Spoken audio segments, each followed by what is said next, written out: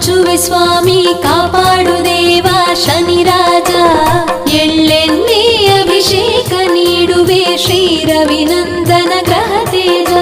ಶ್ರಾವಣ ಮಾಸದ ಶುಭ ಶನಿವಾರ ಭಕ್ತಿಯಿಂದ ನಾ ಸ್ಮರಿಸುವೆನು.